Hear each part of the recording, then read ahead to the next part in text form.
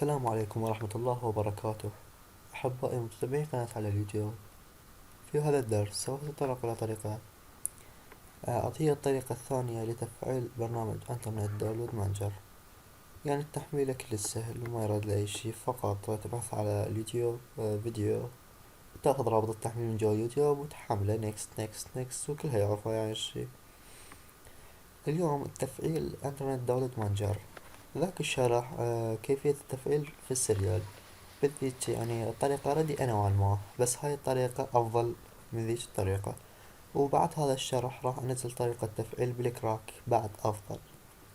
أولا نقوم بالذهاب إلى المتصفح، سوف أترك لكم هذا الرابط تحميل الباتش أسفل الفيديو. فقط تقوم بالضغط على داونلود، طبعا حجم الملف صغير جدا، تقوم بالضغط على داونلود وتقوم بالانتظار قليلا. مثل ما تشوفون طلعت لي نافذة التحميل. نافذة التحميل نوديها إلى سطح المكتب، نختار ديسكتوب، نضغط على اوكي، نضغط على بدء التحميل، يعني مباشرة نحمل بسرعة كلش فائقة.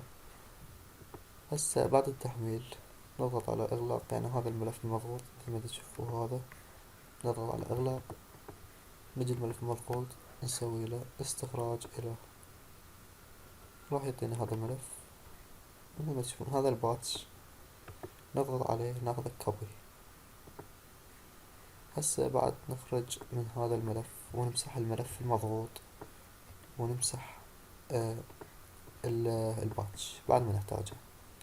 نروح للبرنامج، نختار كليك اليمين، راح تطلع لنا قائمة، نضغط على Open File Location. هاي تضغط عليها راح يوديك لمكان تثبيت البرنامج. مباشرة تضغط على كليك اليمين وتضغط على Paste.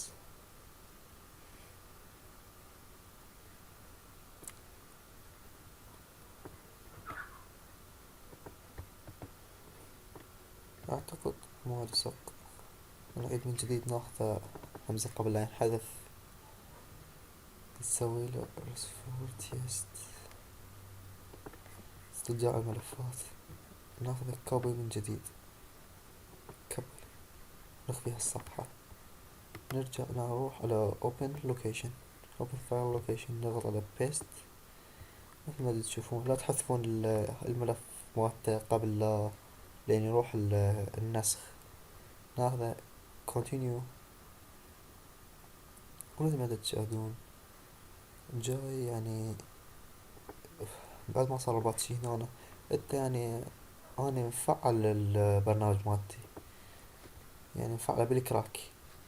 هسه هنا هو مفعل مالتي تمام، يعني ما يحتاج افعله. انت قبل لا تفعل البرنامج، يعني تحميلات، هاي التحميلات جاي هنا عند تحميلها لحد الآن، تقوم بإيقاف التحميل والخروج من النافذة والخروج من هنا من البرنامج، تضغط هنا تعطي خروج وهنا بتبدأ تفعله. هسه بعد ما لصقناه هذا الباب تضغط عليه مرتين، تضغط على يس وراح تطلع لك هاي النافذة مثل تشوفوها النافذة.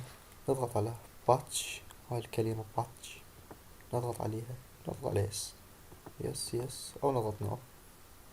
هسه لحد الآن تفعل البرنامج، تفعل مدى الحياة. نغلق النافذة.